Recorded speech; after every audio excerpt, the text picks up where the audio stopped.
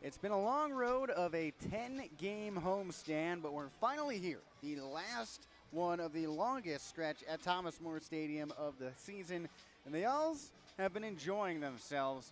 They're trying to earn their second sweep of the second half of the season. The first one came on the road at the Lake Erie Crushers. The second one could come right here against the Lake Erie Crushers. It's hovering underneath some very dangerous clouds above, so we'll see if this game actually happens or if it happens on time. We're scheduled to start at 6:44, 20 minutes from now. We'll cross our fingers for that. Gray skies here on Cincy night at the ballpark. We can see all sorts of Cincinnati favorite mascots around. Twister and Puck Chop from the Cincinnati Cyclones. Of course, the All-Star.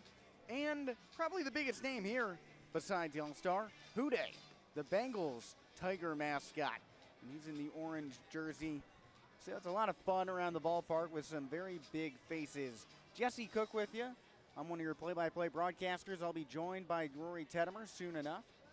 But the Owls and Crushers going at it for the final time this season on the road or at home. Florence is throwing out Ty Good to start this one. He's already made one start in a Owls jersey. That was his first professional start. So we're seeing Ty Good just for the second time. The last time that he went out, he didn't make it very far in the game. Good went 4 1/3, allowing 3 runs on 5 hits with 4 strikeouts. He's going up against Anthony Escobar, who has been a member of the Crushers since very early on this season. He's also faced the Owls already once. He went on July 21st, so just under 2 weeks ago, in that 2-0 Owls win that also wrapped up a sweep of Lake Erie. Went 6 2/3 innings, allowed 7 hits, 2 runs, only one of which was earned. Before we get to any more, our conversation with Coach coming up, just want to say thank you for joining us here on our 50 West Brewing pregame show, inspired by the Great American Road Trip across Route 50. 50 West is the premier brewery in the Cincinnati area. At 50 West, every beer is a journey. Join us for the ride. Located at 7605 Worcester Pike, Cincinnati. So the Owls last night won 10-6. It started out 6-0 Lake Erie. In fact, the Owls didn't even have a base runner until there were 2 outs in the 4th inning. It was 6-0 after that 4th. Finally, the Owls held the Crushers scoreless in the 5th. That's when all of that craziness broke free for Florence. They started off the 5th inning with their first leadoff base runner of the game, and it just cascaded into more and more. Before there was an out, the Owls had scored. Then the top of the order kept up with that small ball. Ed Johnson had the first of his 3 RBIs. Craig Massey had 2 there. That would also lead to a 3 RBI game. Brian Fuentes knocked in a 2-run double to tie the game, and he scored on what I've heard called the most exciting play in baseball, a balk. That is the first time that the Owls have scored off of a balk this season. Ended up being exactly that, a 7-run inning. The Owls added on 2 more later thanks to Ed Johnson's 2-run homer, and Massey had 1 more base knock in the 8th inning to bring home that last RBI. Sergio Gutierrez had the other one. He was the catcher last night. He'll be DHing today. His RBI started off the scoring for Florence, but how about that? Second time that the Owls have overcome a 6 or higher run deficit against Lake Erie this season after they were down 8-0 earlier on in May and won a game on the road at Lake Erie. Never out against the Crushers, it seems. The Owls have won their last 6 in a row against the Crushers. They've also won 4 straight series out of the All-Star break, so a lot is going right for the Owls. Let's get into those starting lineups. So we mentioned the pitching matchup for Lake Erie, throwing Anthony Escobar, the Owls throwing Ty Good. Batting first for the Crushers is a very familiar face.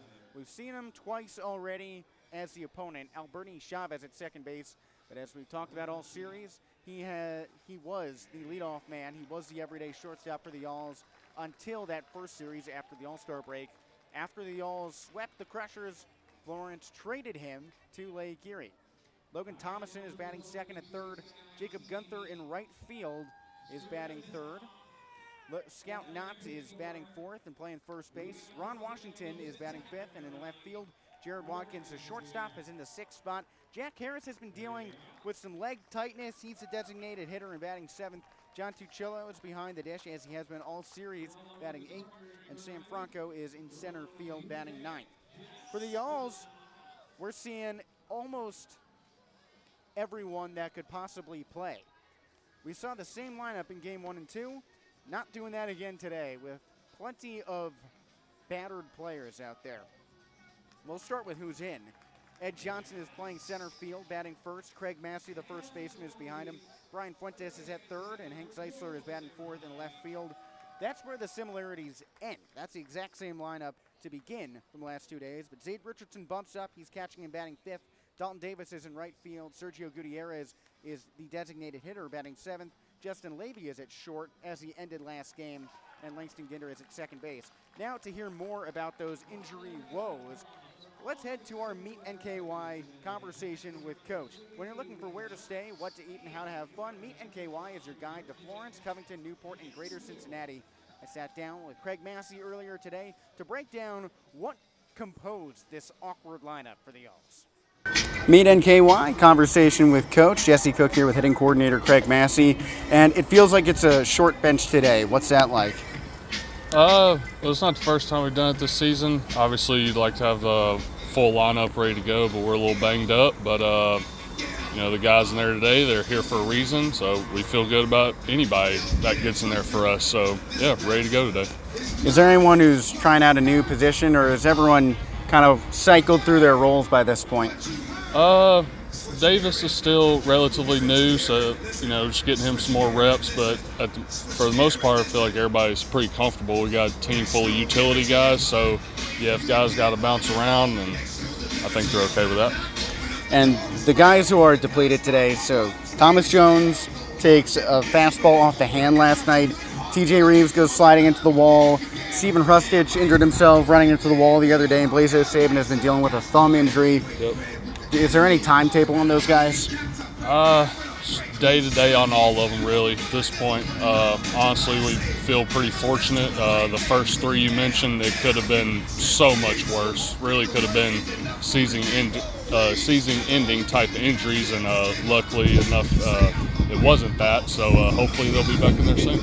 What goes into the thought process when you're thinking, okay, Hank can play left, he can play first, Sergio can be behind the dish, he can DH. So what goes into the thought process of who's going to play which position when they're all pretty multifaceted? Yeah, it's a day-to-day thing, just trying to put the puzzle together, but this is the way we wanted to build a team, so it's nice that we're able to do this. But yeah, any given day you could see somebody at a different spot, which they're really good at also, so it's really fun to watch. And you're also one of those guys who gets shuffled around the order. What is it like from a player's perspective when you're waiting to find out where you're going to be in the field? Me personally, or just everybody in general? Well, your experience, but I figure your experience is probably pretty similar to the rest of the guys. Yeah, for the most part. Mine's a little different being in the coach's office, but like I said, it's a day-to-day type of deal, and you just take it one day at a time, be ready for anything. And is there anyone you're most excited to see jump into the new role today? Everybody as a whole, ready to go get them. And lastly, what's the key to taking this second straight series sweep against Lake Erie? Just being who we are, just playing clean, pitching in the zone, and having quality at bats, and we'll feel good about where we are. I know I said the last one was the last question, but also you had 3 RBIs last night. Is there anything that you were seeing differently than normal? Not necessarily. Just had a couple situations come up and was able to produce, and just luckily to get those situations. All right. Thanks so much. That's Conversation with Coach. Thanks.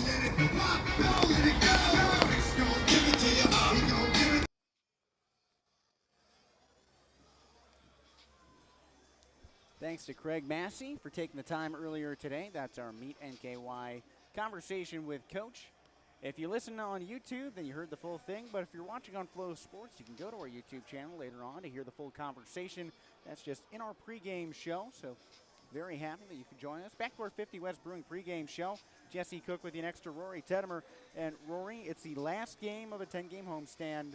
These guys are about to go on the road. You were down on the field. Did you talk with any of the players? Did you get any of a sense of what they're thinking with sort of a battered lineup going into tonight? Speaking of, I actually spoke to Blaze O'Saban, who currently is on the IL. He says he's close. He thinks he should at least be on the lineup when he goes to Joliet in the coming days. He's hoping to make the trip and actually, be able to hit in that game. He thinks he probably can, unless Chad's just a little bit more, cautious about it. He thinks he could probably get into one of those games in Joliet and definitely in Washington, just coming up next week early on. But that seems to be the vibe right now. Everyone in the lineup knows that they all trust each other. It's not like, hey, we're man down right now. Got a lot of guys that can step up big. I mean, Dalton Davis, we've seen him when he starts. He's a monster bat. He has just been phenomenal for Florence this season. Probably earns or should deserve more starts. He's played in 6 games, 4 starts, 429 average. He's got 2 bombs and 3 RBIs. That's a pretty good guy to fill in for a TJ Reeves, for a Thomas Jones out in center field. And then you also got Langston Ginder, obviously, who we've seen a lot of this season. He's going to fill in and provide some good defense over at second base. I think this is a team that trusts everyone top to bottom, and it's a pretty deep bench. So, yes, obviously some changes in the starting lineup. Yes, the bench is thin and not really there tonight. 3 injured guys essentially on the bench. I've been told that they can't hit, but they can run. So hopefully if it's just a pinch running situation, they can go out there. But anything else, no pinch hitting, no really replacement in the field. Hopefully it's just a clean game all around. I think this will be one of your cleaner defensive outings. Anytime you get Langston Ginder in the field, like you mentioned, you generally have a sure spot at second base.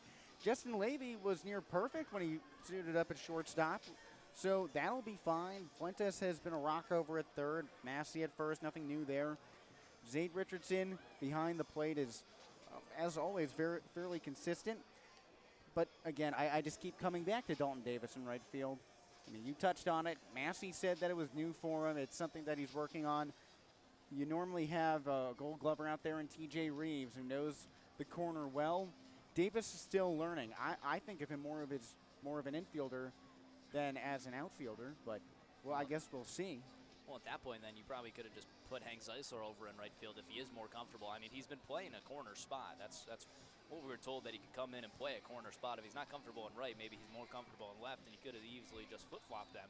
I think right field's pretty hard because any righty that's going to be tailing towards the line, and that's a real tough read when it's coming right at you. Well, so you have the longest throw in all of baseball coming up there. If anyone's going to third, you get a ball in the corner, that's the worst turnaround of anyone.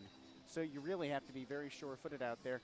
And TJ Reeves, normally very sure-footed, but it's part of why he's out. He slid into the wall, and we hope he's okay. Hope he can come back soon. Yeah. Is he on the injured list or just inactive today? Just inactive today. They said he was good yesterday. I think it's probably just a rest day after hitting what looked to be his hip on that cement wall. I know Thomas Jones, he just can't grip a bat right now, so probably just some standard swelling after a day out of that. Well, he was taking batting practice. Okay, well, Chad so said he couldn't grip. Something clearly changed, Yeah. but no, I heard him say that too. That was this morning. By the afternoon, he was swinging, but it's sore. It's more. Massey told me before the interview that he was a Wolverine.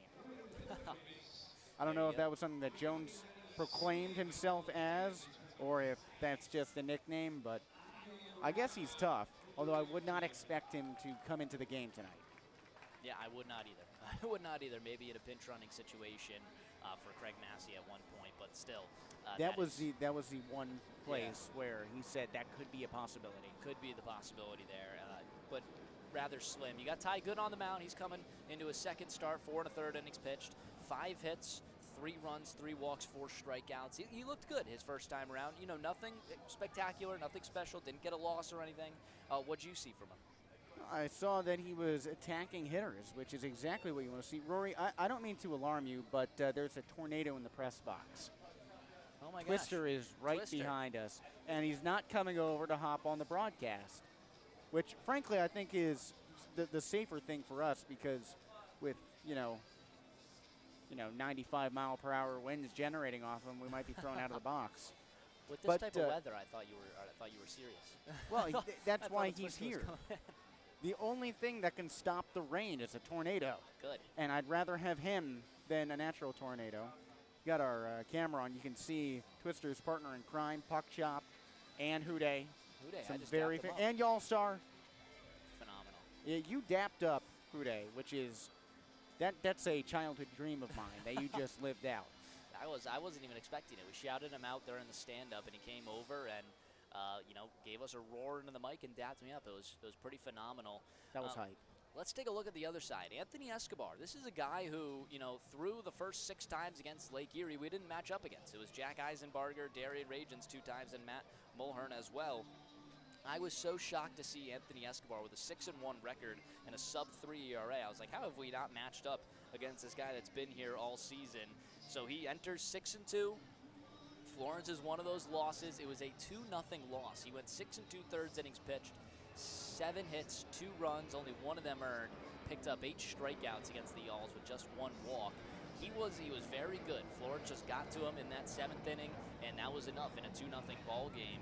So he is very good. He probably should battle against this Florence lineup again. However, what did we have back at the beginning of the season? Anytime we saw a guy for the 2nd time around, we were much better against him. So hopefully we can get a similar start again today against Anthony Escobar, who I think might be the ace of this team. I really think he is. Now, with those rain clouds hovering overhead, set to make landfall around here around 7:30, my ideal game, y'all score 12 times within the span of 6 minutes in the first inning. There you go. Double perfect game the rest of the way. Perfect. So that by that point, when it's the bottom of the 5th inning and that first raindrop hits the field, we're done. We get out of here, go straight to Joliet. You're going to leave right after this?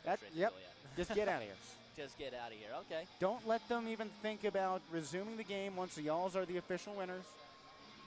It's definitely dark. Well, we're seemingly going to get a first pitch here, which would change the dynamic of how you go about either rescheduling this or not. If you do get rain, after that first pitch is thrown, it's officially an official game. You would have to try and pick it up or just cancel it altogether, which would not probably benefit Florence if you have to go travel to Lake Erie 3.5 hours on an off day, or them come here again, then you lose an off day later in the season.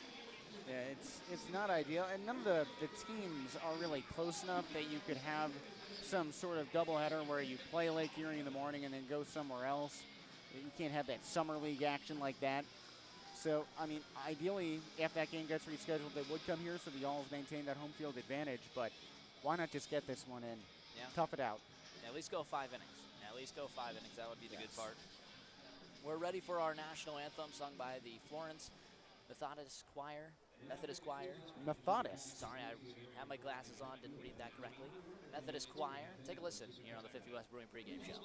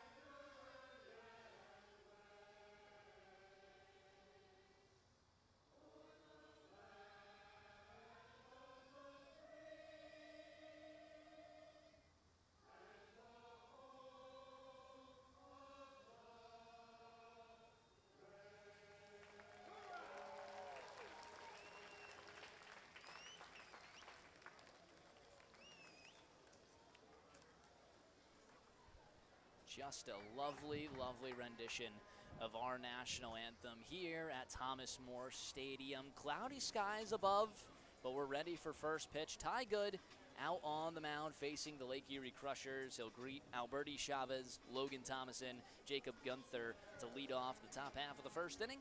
Looks like the same lineup as yesterday. Sam Franco just scheduling in there at the bottom of the order in center field. Ty Good expecting to see heavy dose of 90-mile-per-hour fastballs, low 90s, making his second start of the season. 4 1/3 innings pitched, a 6.23 ERA, no decisions yet. Fresh out of the University of South Carolina, where he picked up a 5-2 record and a 4.39 ERA. 55 1/3 innings pitched, 28 walks, 70 strikeouts. College is Charleston alumni as well. 2023 pitcher of the year for them. 2022 and 2023 CAA all first team. Phenomenal pitcher for Florence here, and just looking to get his first win on the season. Alberti Chavez leading off all 3 games of this series. The Lake Erie Crushers back in their green jerseys with gray pants and green high socks for anyone not going pants all the way down. Florence and the Smurf jerseys, the all baby blues with baby blue hats as well. What did you wear? Do you have the socks curled all the way up, or were you a pants down guy? I was all over the place. I liked the tween game. That's how I always shout out Cam Farrow when he's on the mound. He's got a good tween game. Sometimes I would do high socks if we had those purple Emerson College high socks, which looked really nice. Other times I would just go all the way down if I didn't want to, worry about socks. I was a big high socks guy. Yeah, even behind the plate. Oh yeah, absolutely. Wow. That's the epitome of swag. High socks. The only thing that's better is if you can wear a cut-off jersey too. Yeah, that's good. That's like Zaid Richardson during Margaritaville night. Oh yeah. We were told the tragic news that there will be no country night jerseys. I have no words. I don't think I could even muster a. You're gonna have to get a specialty jersey. I'm depressed. You only got the pinstripes right now.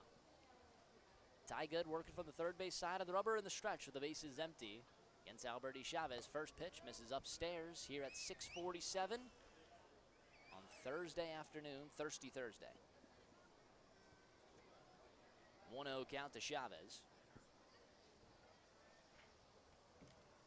Good looks in the 1-0. Fastball misses downstairs, 89 miles per hour there. Fastball comes at you with a 22.46 spin rate. 14 inches of break with thunder off in the distance. 2-0. Ground ball, hard hit over to the hot corner. Brian Fuentes snags it. Throw on to first high, but not high enough over Craig Massey. There's one away, 5-3 on the putout of Alberti Chavez. And you'll take that down 2-0. Get Alberti Chavez to ground out over to third, and a good play by Fuentes at the hot corner brings up Logan Thomason. Really strong play. He made that look very easy. Webbed it at his ankles and had him on the spin. Thomason, the third baseman today, like he has been all series. First pitch to him. Fastball in there for a strike. 90 miles per hour out of the right hand of Ty Good. Thomason yesterday 0 for 4 with a walk and 2 strikeouts. Stays in the 2-hole. 0-1. High hopper down the third base line and foul. It's an 0-2 count.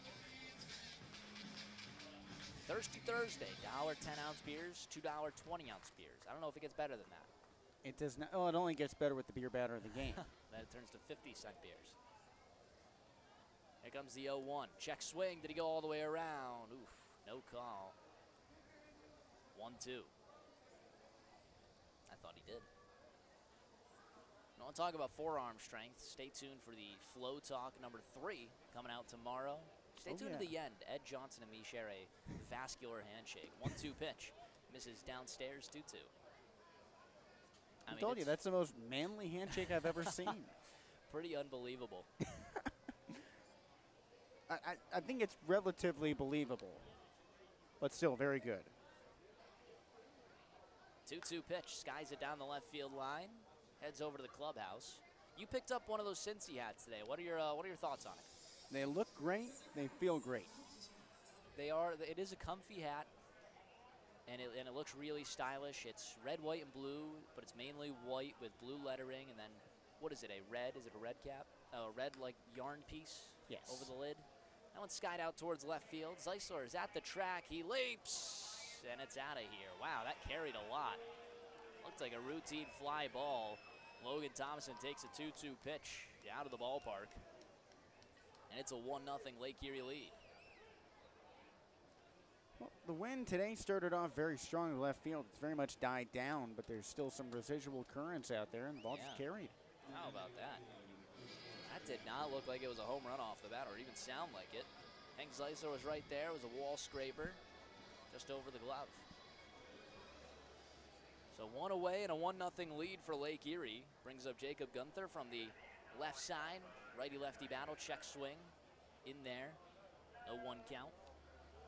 That home run should have never happened. Logan Thompson was down on the 1-2 when he went all the way around. Can't have everything. Tyga trying to settle in. 0-1 pitch. Misses downstairs. 1-1. It's the first home run allowed by Ty Good. Only 2 starts, but had a clean debut. Thomason greets him. Off speed, looks good, misses downstairs. 75 miles per hour on the curveball. Fastball curve change for Ty Good. 2270 spin rate on that off speed. Lightning in left field. 2-1. Popped up in the infield right side. Craig Massey coming in towards the pitcher's mound. Calls everyone off. He's under it and makes the grab. 2 away. I get wary with those in this type of weather because the ball can really hang around in the wind, especially when it's about to rain. It starts to whippoorwill, but Craig Massey's a pro. And a tough sky. Tough sky, no doubt about it. Whenever you have full clouds and it's just white blending in with the white ball, it's really hard to read. Brings up Scout Knotts, the man yesterday. Had a 2-run home run, 2 doubles. He was on fire. Finished the day 3 for 4 with 2 RBIs, a run scored, and 1 strikeout. 0-1 count to him. More lightning. I'm going to pretend I didn't see that. I think everyone is. 0-1 pitch. In there for a strikeout, too. I think if the inning doesn't end, we restart. I mean, you'd basically be restarting anyway, top of the first inning. Sure, there's a run to think about, but let's just hope that this game gets in. It's an 0-2 count. Ty Good looking for his first strikeout. 0-2 pitch, fouled away. Goes to the off speed, 75 miles per hour. Scout Knotts right under it.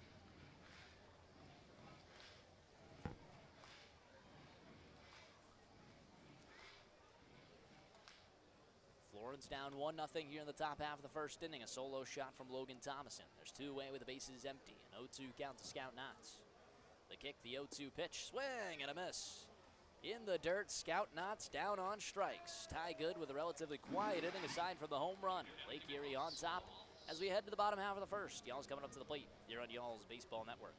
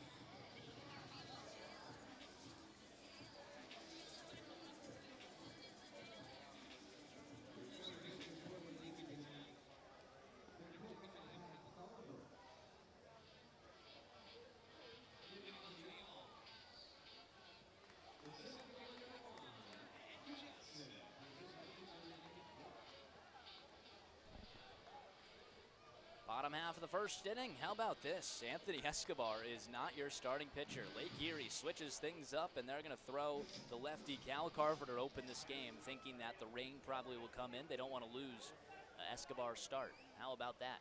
So Cal Carver greets Ed Johnson. First pitch misses high and away. It's a 1-0 count to Johnson. Johnson, Massey, Fuentes due up in the inning. Now it's a lefty on the mound. You have to adjust.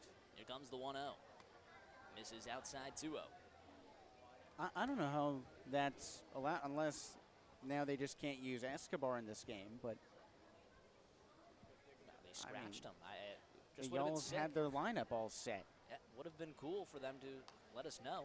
I mean, that's just kind of egregious. We don't find out until I see him on the mound. I'm the only one that's seen Escobar pitch. I'm like, hey, he's not a lefty. he's not Cal Carver out there. We got Pat Venditti or Gerangelo Sinte pitching. Yeah. Amazing. 2-1 in there for a strike. 2-2. Rain just ever so slightly coming down. Honestly, I'm fine with this tempo because that just makes the ball wet for them if it stays with the light rain. So ideally it dries off before the top of the second. 2-1. Fouled away again.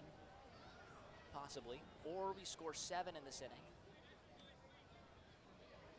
Game gets pulled after 2. None of those stats would count if the game doesn't finish.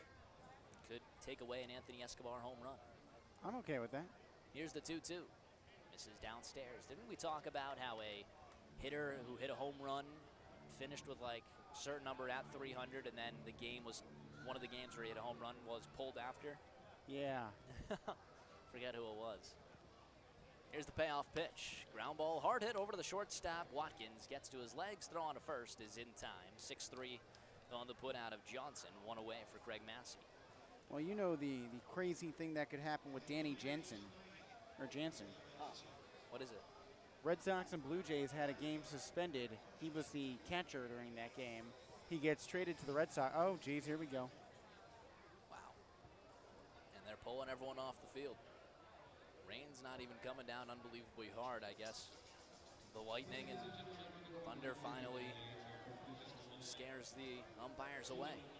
Well, to continue the story, which could very well be the same case here, game gets suspended. Jansen started for the Blue Jays, gets traded to the Red Sox. They have to resume that game in August. He might suit up for the Red Sox in that one. He would be the first player to play for 2 teams in the same game. And I think he had an at-bat for the Jays, so he could bat for the Red Sox and have 2 different at-bats for 2 different teams. I think he was the batter at the plate when the game was suspended for Toronto, so he might wind up behind the dish when that game restarts as a member of Boston. It'll be the first time that ever happened. We got a large mass of rain in the forecast coming through. I do not like the look of that. That's only halfway through at 7:50. So still coming through, and there could even be more after that because it just stops at 7:50 halfway through. We might be looking at a long rain delay here. Well, that's what we'll be experiencing right now. The tarp's on the field. Crew is pulled off. Home plate umpires are talking to the head coaches, the managers of both teams.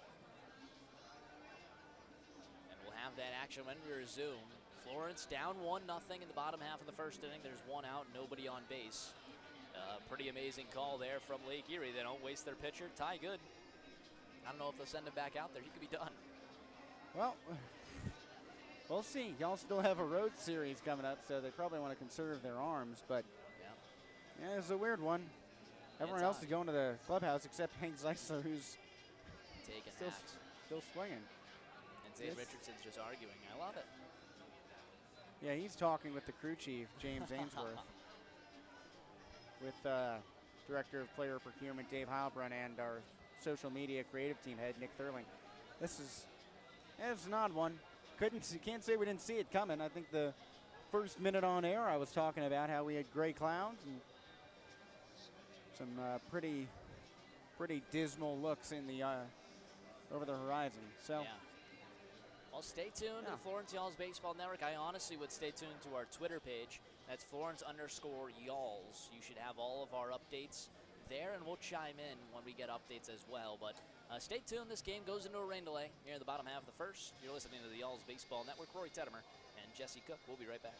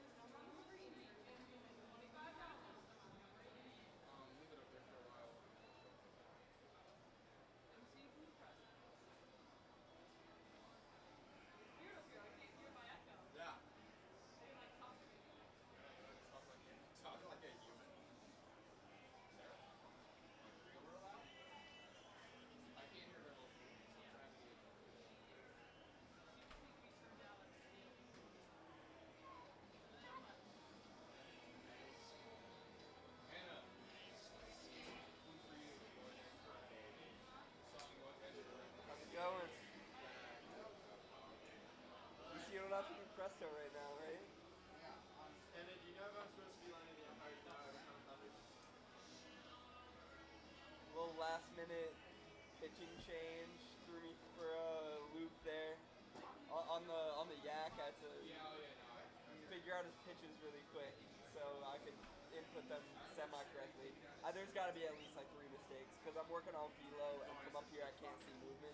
So I can't differentiate. The curve I can see, but I can't differentiate the slider and the change pretty much. So it's fine. None of them have movement, so it's not going to fuck up the tracking data.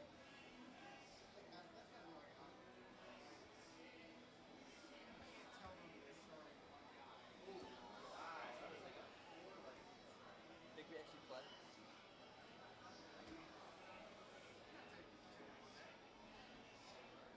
When would it be? I hate that this radio doesn't have a button. So annoying. Do we play Lake Erie again? The next song isn't exactly rain rain, so there's 2 banger songs that are really here right now. You can find out next one. I just don't see how Ken in the next like couple hours and like what's the latest you're realistically gonna start this game with us heading out on the road tomorrow night.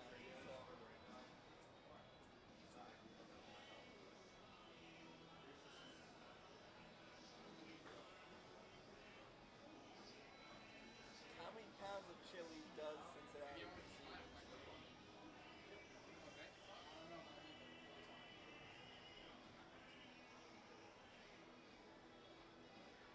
What's the cook quiz for tonight? If there is one. Yeah, I concur. Yeah. What? Not a rain song, but I really want to hear it. And it's a solid song.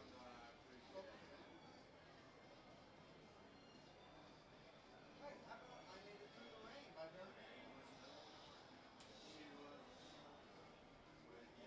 Cue it up, Noah. Cue it up. What? I Made It Through the Rain. Cue it up. And the shot's a great song. Maybe. What about Dancing in the Rain by Blue? At the Coca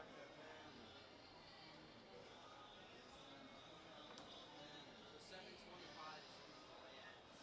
Whoa! These are awesome. What are these? Jack didn't know this song existed, and I showed it to him a couple days ago. He was like, "This song's That's a rhyme. It bangs, but it's a very sad song. it bangs." Is this supposed to be on the screen? Yeah, right now. No, this. Oh no, they have it looped feed. Okay. I was making sure it wasn't live. Every time it lightning, Depends on how close it is. Yeah, it's like all right around. all red. Or all right around. Sounds like Jesse's puberty. He said it's like all red around, and I said, sounds like Jesse's puberty.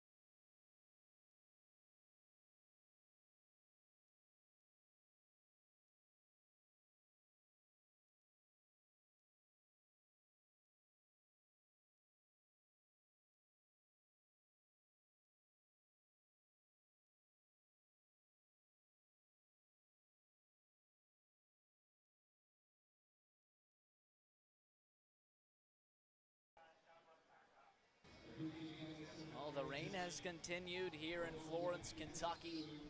After an hour and a half rain delay, the game is over, and they will be postponing it. So no more baseball tonight. Florence was down 1-0 in the bottom half of the first. The game was underway. We'll stay tuned for how this game gets made up, or if it will be made up at all. But it could be the last time you see Lake Erie this season. Next time the Gulls will be in action will be tomorrow in Joliet. Tomorrow night in Joliet. Jesse Cook will be live on the Florence Gulls Baseball Network. 3 games in Joliet to end the weekend, and then 3 Tuesday, Wednesday, Thursday next week at Washington. Florence returns back on August 9th here to Thomas More Stadium, opening up another 3-game series against Joliet. Play them 6 times within the next week here. So stay tuned for that, and again, stay tuned for any updates on when this game may be made up or if it will be made up at all. We appreciate you guys tuning into the Florence Gulls Baseball Network. Signing off from Florence, Rory Tettemer, alongside Jesse Cook. Y'all, have a good night.